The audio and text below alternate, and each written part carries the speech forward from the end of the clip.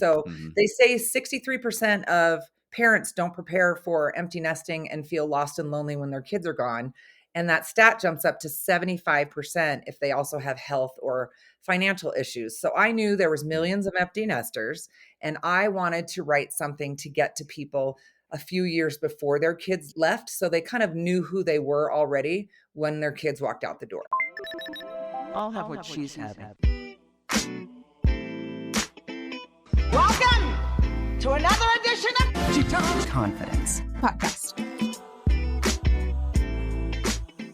It's the She Talks Confidence podcast. Today, Yeah. another incredible guest. It's Karla Raby Olson. Hello, Karla. How are you? How are you? I'm doing great. You are going to be an empty nester.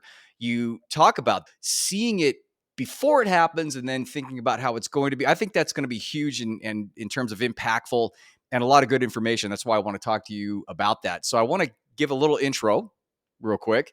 You Yeah. are an author, a speaker, and the former co-host of the Park City Pulse TV show. Can we see that on YouTube? Can we pull that up? Yes, Watch yeah, some older yeah. older Some old episodes. Park City stuff. Oh, good. See, she's a founding member of Lions Heart Park City Little Miracles, a Utah nonprofit.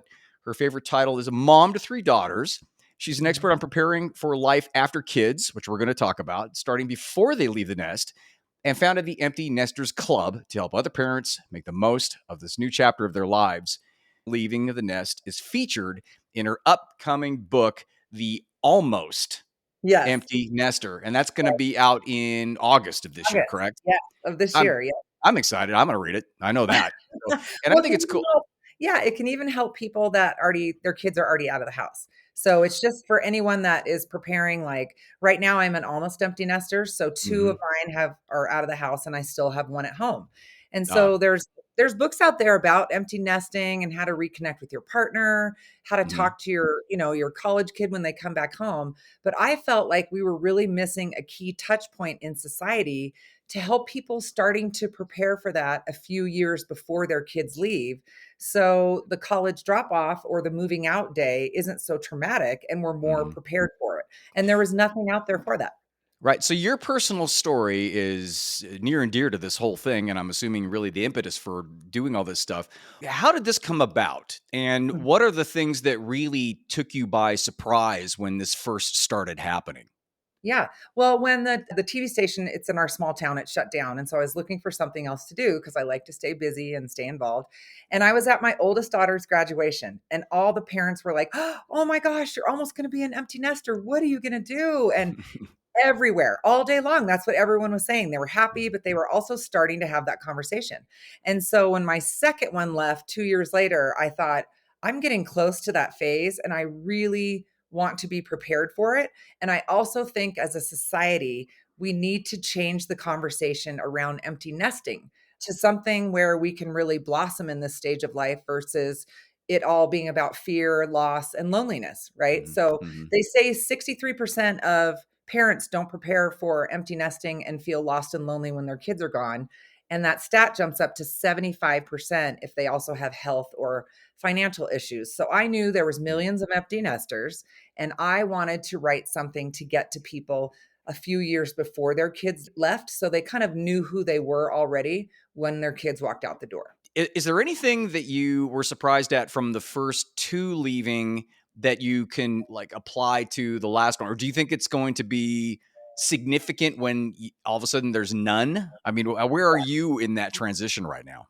That's a great question. So also I wrote the book because, when I let my first daughter went off to college and I left her Mhm, there, I was sobbing.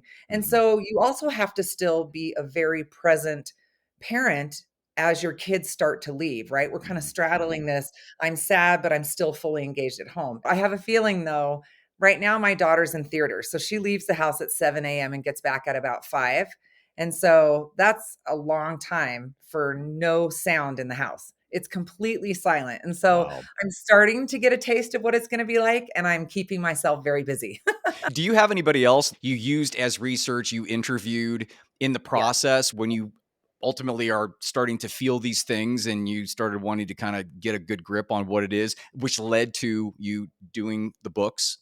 Yes, absolutely. So I started off with researching like Gen Man, Midlife Bites, Empty Happy Nest, all these empty nester books because I wanted to find a common thread to see like, oh, is my idea already out there? Which again, I don't think is a bad thing when other people are doing it. That just shows Mhm, that there's value, right? mhm, But when I really read those books, I feel like they're getting the possibility of helping parents wrong a little bit because mm, you wanna try to read this book before you're an empty nester because you start to untether from your child in a healthy way instead of dropping them off at college, and then all of a sudden you turn around and your house is completely silent and you have no idea what to do. I have one friend who just said she was getting up at 9:30, kinda mulling around TJ Maxx, like, just really had no purpose or direction, and mhm. she was raising 2 amazing twins that are hockey players, super successful, and now they're off playing hockey, and she just doesn't know what to do with her time.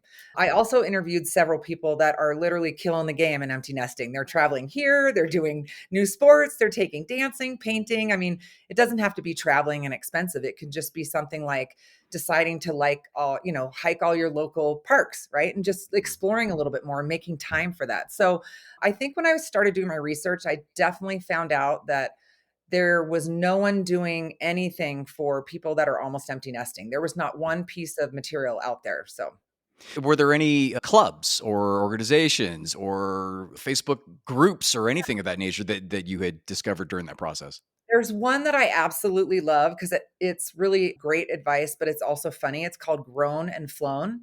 They probably have like a quarter million followers. And so that's for people that are already empty nesters, or it could Mhm. also be applied to if you have a couple kids in college and a few still at home. But other than that, I didn't find a lot. There was a couple empty nester communities, but nothing to bond like parents of high school students that are about ready to become empty Mhm. nesters, and so that's what I wanted to create.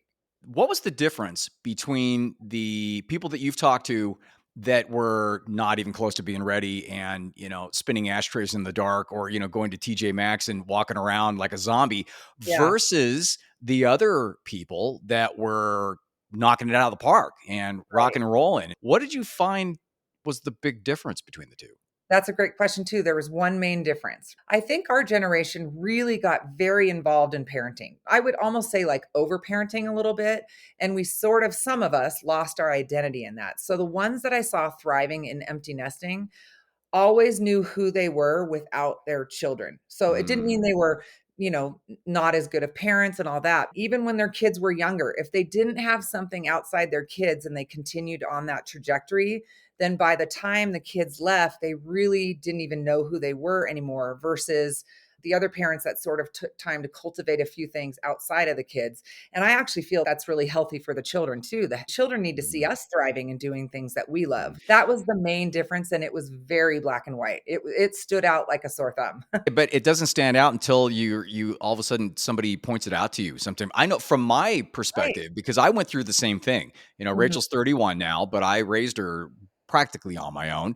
Yeah. And I have my own gig and I have 2 different businesses and I've got but she was it for me. I mean, I identified as her because I was the only parent and I identified as her dad and we did everything together. Yep. And even knowing that it was like, okay, she's leaving, this and that, it's fine. I want her to. And Yeah. I'm not a helicopter. I'm more of a, okay, Yeah. it's time for you to go out and experiment and do your fun. Just don't make any really stupid Right. decisions. Right. That was my only directive. Yeah. But when it did happen, I'm like, oh wow, there's a lot of space here from a psychological perspective that she took up and also from obviously a physical perspective in terms of Mhm. not being around or not having to take her to soccer practice or not having to go to the doctors, right? And it was a bit of a shock, and I didn't expect it at all. And even when people were sort of saying, like I said, it's out in plain sight, but then you don't get it until it happens. And people Mhm. saying, "Oh, what are you going to do?" type of thing. I'm like, "Well, I'm just going to do what I usually do." But it is a difference. And when Yeah. it hits, and you've already got this. I mean, you have a 2 and you got one more. That it's already sort of hit and you kind of have an expectation and you're writing the book in terms of how to go through the process. What would you say would be a 3-point plan or 4-point plan or whatever it is in terms of your formula for people Mhm. that, let's say they're listening to this, so now we've kind of exposed what it That's is, yeah. right? What would be your formula to tackle this in a very productive way. Yeah, and a non-scary way, right? We all Mhm, know the day is mhm, coming, and so we might as well just take advantage and prepare ourselves. Like, will I mhm, be sad when my last child leaves my home? Of course. I mean, I've had my head down parenting for 22 years, and all of a sudden I'm waking up going, "Who am I? I don't right. know if I can figure out those questions anymore." But Yeah, yeah. yes, I take them through a formula in the book, and I'll give you one little tidbit. We do something called the 10 C's, and it's a play on the Empty Nester Club. And so I help people really figure out, are their passions the same before they became a parent? Are they different now? And so I kind of help people pull that out of their thoughts and their language by going through the 10 C's. So one of them would be like, what do you find yourself conversing about all the time? Just start listening to, all of a sudden someone says something, like before we were talking about music and I perked Mhm. up and you perked up because we both Right, love yeah, music. yeah. Another thing is what are you really compassionate about? What do you care about? What kind of charities are you attracted to? So I take them through this whole well-rounded, thought out list of ways to dig up their purpose in life, because I often feel in conversations when I'm talking to people that, oh, I'm too old, I can't do anything. But when I look back at my career in the software world at Microsoft, Mhm, my software career before I became a stay-at-home mom was 10 years. So I feel like at this age, I could go out and create an entirely new career that's as long as the one I had before. So I mhm, really try to get people to see empty nesting through a different lens of it's too late to almost like now I'm free and it's possible, right? mhm. We kind of go through that in the book and help them kind of uncover their purpose. Given the fact that we talk about confidence here, right? I About that, love that. how do you relate this situation to confidence? And then, and it kind of is a kind of a two-parter. And do you see a difference in terms of how this is handled from a woman's perspective versus a man's perspective? Yeah, I'm glad you asked that. Our community right now is 17.8% men, which makes me so happy. I love it. Mhm. I think it's different because I think men might not vocalize how much they're feeling the same way as women when their kids leave. I Yeah. think, and sounds like a lot of the duties fell on you, and a lot of the duties, the stay-at-home stuff and taking care of the kids fell on me as well. And so we're the ones that feel that space. You said it Mhm. so perfectly. Like when I go to the grocery store, I don't have to buy any gluten-free food anymore because my second daughter doesn't live here right now. Right. Isn't that weird? And Like, you would go to never the think about that, right? oh, Yeah. oh, it's in every fabric of us, our Yeah. kids. Yeah. Even if they're not here and they're at sports, we're still thinking like, well, what would they want for dinner? Do they have a lot of homework? Should I do a Hmm. quick meal versus a long meal? I mean, it's millions of thoughts like all day. Yeah. Yeah. So, Exactly. but I do think men, I'm so proud for me since I was little and watching men and how they're raising this generation and my generation. I'm just really proud because like my brother's an amazing father. He wore baby Bjorns, he changed diapers. And so I think we're all in this together and we're Mhm. all trying to figure out how to live without our children that are the most important people in the world to us. So Mhm. And take up so much space. I'm happy to hear that there's a decent portion of men me in too. there Yeah. because I think it's really important. And even if you're not the stay at home from a Yeah. man's perspective, I think it's insanely important because, and you're right, the vocalization and maybe the acceptance from on an emotional level, we Mhm. tend to go, okay, whatever. It's like I even said, what, 10 minutes ago when Yeah, we you kind of did. first started, I'm like, okay, let her go and do her thing, and just kind of don't make any stupid mistakes, that Yeah. type of thing. But even that being the case, and even her going off to college, and she went to ASU, and I'm here in Yeah. the Phoenix area, so it wasn't like she was like cross Right. country or anything. So Right. for my situation, it wasn't like a big distance thing, and I could see her. I tried to give her some space, but I could Mhm. see her, and she could come back. Even that, though, it was a big shift. Yeah. And I think you nailed it right on the head. Ultimately, it comes down to our own identities and making the shift within ourselves. Yes. Now we have to maybe kind of cultivate and expand our own identities Right. as individuals because it's really easy to get wrapped up into It the is. mom And or it's dad identity, right? absolutely. And so I think for me, it's the book kind of takes them through this process of just starting to think about how it would feel to be able to put yourself first. Not that we couldn't before, but we just had parental duties, right? And so we kind of ease into this process so that by the time graduation comes around, and if your kids are going off to work or they're going off to school, it's not the child turning around and comforting the parent, right? It's a moment for all of us, but we want to, in a healthy way, send our kids out of the nest, whether they're going to work or they're going to college. And our kids need to know that we're going to be okay without them. That's a Mhm. responsibility. They said, Carl Jung said, there's no greater burden on a child than the unfulfilled life of a parent. And I think, or the unlived life. And that sticks with me because I'm like, I have a duty to be a whole person without my children. And they need to know that, even though I love them so much and I just can't get enough of them. But Mhm. that's my responsibility. So, Which is fascinating because you don't think about that until you are at that point, that yeah, it really is your responsibility to become more grounded with your own identity and to move forward in that yes, context. That's the transition between the adult child relationship to right. the adult adult Yeah, relationship with your kids. That's right. that shift Yeah, over to that, because now you're both your individuals and doing your stuff. At the right. same time, it's not like you're kicking them to the curb, or just giving them a $20 and say, I'll see you in 10 years or something. But it's something that needs to be cultivated and handled, I think, with a level of respect for yourself and for your child as well. You have the Almost Empty Nester. That's the one that's coming out in August. Then Yep. your next one is Brand new empty nester. the Brand New Empty Nester. And Yeah. then you had, I think, wasn't it a trilogy? Don't you have Yes, it was cooking for empty nest. Oh, let's talk a little bit about that. What's the Yeah. difference between cooking for your kids and then empty nester cooking? And does this include a spouse or somebody Yeah. that you're living with? Okay.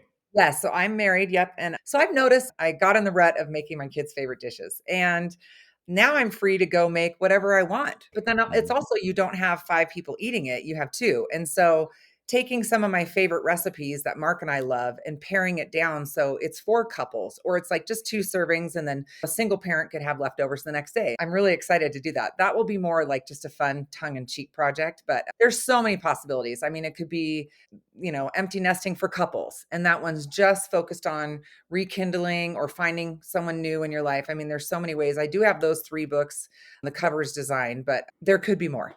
Do you have any additional resources in there, or can you provide some, or do you have any that maybe you could Yeah, share? I actually do. So we have a workbook that's going to go on side by side. You can also just journal your answers in a journal, but I love really visual, pretty things. And so my designer is making a workbook and it takes you through the process. So one of my favorite chapters is we actually go back and create your highlight reel as a parent. And so we have you get a picture of yourself the first time that you were holding your children to try to remember who that person was that didn't know anything about being a parent. And we kind of like in sports, right? Like Michael Jordan's highlight reel. We don't put up the 143 games he lost or whatever. We want to put up like our winning moments, but a lot of us haven't taken a pause to try to do that. So that's in the workbook. And then my favorite part of the book is then once you think what your highlight reel is, like if you ask me, it would be like, oh, I worked at Microsoft. I'm a mom of 3. I was on a TV show. It's all about those things. When you ask your children and your children aren't prepared. They don't, you just ask them on the fly, like, hey, I'm reading this book and I have these 10 questions to ask you. What you get back is priceless because their Oh, I highlight bet. for you, it's totally different. Should I share mine? Like one of Oh, mine? please. I would. Yeah, I'd love to hear that. So I was going through breast cancer in 2015 and, my hair was short. My daughters loved it. They were like, Mom, I like your hair kind of dark and curly. It's so different. And I promised myself that whenever I felt good, I was going to try to be present with my kids. And so at the time, my kids were 14, 12, and 9. So my middle daughter, when I asked her this question out of the blue, years later after I'd had cancer, my hair was back, and she goes, Mom, do you remember when your hair was short and curly? And I just loved it. And one day it started raining, and you just grabbed my hand and you said, Let's go dance in the rain. And at first I thought, Really? Like, yeah, let's go do it. And then she tells me this whole descriptive thing. It's a core memory for her now. We were outside, we were twirling around, we were putting our tongues up to the sky, catching raindrops. That would have never made my highlight reel. So that's one of my favorite parts of the book. I think that's essential to ask your kids to supplement your own memories. As a parent, the best part about kids getting older is the fact that they start to go, "Ooh, I did put you through a lot of stuff, didn't I? I'm really, really sorry about that." Especially when they have kids, right? And they're like, "Did I do that? Did I?" She says that every single time we're together. She goes, "Did I do that?" And I go, "Oh yeah, oh you did that." She's The like, best part "Oh, was Riley oh, I'm sent me so that, sorry." right? The best part was Riley sends me this beautiful, touching thing. And then, of course, her second one was, oh, and do you also remember when you left me in the mall when I was 3? I'm like, Yeah. that's parenting right there, right? It really is, because it's so bookend from this jubilance and this small, amazingly beautiful moments to just epic failures, right? Totally. That's the whole area that you live in as a parent. Yeah. That's the one thing that, as a perfectionist, when I was first starting, I was really hard on myself because because I didn't know anything. Of course, we know none of us do. Oh, yeah. And until you get to the point where you're like, okay, I'm good. A lot of times they say that the second kid or the third kid, you get to the point where you're like, Yeah. whatever. Yeah, whatever. So, right. Your kid I has it only, so easy. right.